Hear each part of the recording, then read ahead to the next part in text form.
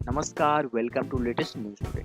Friends, एक सवाल जो हर एक कॉन्ट्रैक्ट फार्मिंग करने वाले फार्मर के मन में रहती है, कॉन्ट्रैक्ट फार्मिंग करने से पहले कि कितना परसेंट तक मोटिलिटी जो होता है वो कॉन्ट्रैक्ट फार्मिंग में अलाउड रहता है। सिंपल भाषा में इसको समझा जाए तो कितना परसेंट मोटिलिटी आएगी तो कंपनी जो उसका चार्ज हम लोगों से नहीं लेगी। बहुत बार ऐसा होता है कि मोटिलिटी के बेसिस पे भी हमारा जो अर्निंग होता है उसमें कटौती होता है, और मोटिलिटी अगर नहीं होता है, मोटिलिटी अगर उससे कम हो जाए तो हम लोग को बोनस बिल्कुल मिलता है। तो इसी वीडियो में बने रहिए, इसी वीडियो में सारी जानकारी आपको मोटिलिटी के बेसिस पे देने वाला हूं। तो अगर चैनल को सब्सक्राइब नहीं किया अभी तक तो सब्सक्राइब कर लें और बेल आइकन को दबा दीजिएगा, तो जो भी मैं पोल्ट्री रिलेटेड वीडियो डालूंगा आप तक सीधे नोटिफिकेशन के जरिए आपके मोबाइल में पहुंच जाएगा और आप अपडेटेड रहिएगा।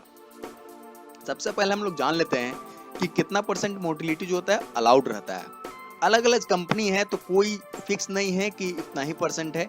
कोई 5% करती है, कोई 6% करती है, कोई 7%। तो ऑन एंड एवरेज निकाला जाएगा, क्योंकि एक कंपनी तो है नहीं, बहुत सारी कंपनीज भी है। जो कि कुछ नई कंपनीज है जो कि कुछ लुभावने ऑफर देती है, कुछ पुरानी कंपनीज है जो कि अपना जो भी उनका इशू रहता है उसको फार्मर से जो है मनवा लेते हैं। तो ऑन एंड एवरेज मिला जाए तो 5 से 7% का मोटिलिटी जो रहता है वो बिल्कुल अलाउड रहता है कॉन्ट्रैक्ट फार्मिंग में। साफ बात है कि 5 से 7%, 100 मुर्गियां है उसमें से 5 या फिर 7 मुर्गियां मर जाती है तो उसमें कोई दिक्कत नहीं है, कोई अफेक्ट नहीं पड़ने वाला है आपके फार्म में, और आपका अर्निंग होगा वो बिल्कुल किसी भी तरह के कोई भी डिस्टर्बेंस उसमें नहीं होगा। आपको जितना अर्निंग मिलना है उतना बिल्कुल मिलेगा, और इससे अगर कम मुर्गियां मरती हैं तो आपको बोनस बिल्कुल जो है वो मिल सकती है।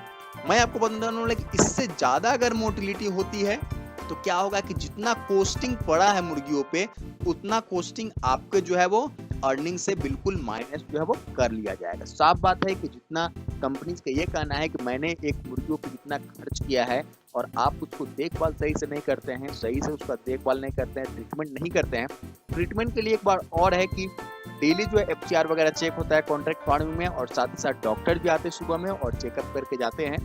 लेकिन फिर भी मोटिलिटी आती है तो उसका बिल जो है वो कॉन्ट्रैक्ट फार्मर जो है उनके ऊपर पड़ता है। मतलब कि कॉन्ट्रैक्ट फार्मर भी उसके लिए जिम्मेवार माने जाते हैं, क्योंकि देखभाल की जिम्मेवारी उनकी रहती है। या तो अपने से करें या तो आप लेबर लगा के करें, लेकिन उसकी जिम्मेवारी आपकी है। सिर्फ 5 से 7% जो मोटिलिटी है वो काफी ज्यादा होता है, उससे अगर अच्छे से किया जाए तो उससे कम में ही रहता है। लेकिन नए नए हैं, अगर दिक्कत है कोई चीज में तो हो सकता है कभी कोई केस में तो वो बिल्कुल क्रॉस कर जाता है, और उस समय पोल्ट्री फार्मर के लिए जो है वो दिक्कत का सामना करना पड़ता है, क्योंकि कॉस्टिंग बिल्कुल कॉन्ट्रैक्ट फार्मिंग की जो कंपनियां हैं उनको बिल्कुल देनी पड़ती है।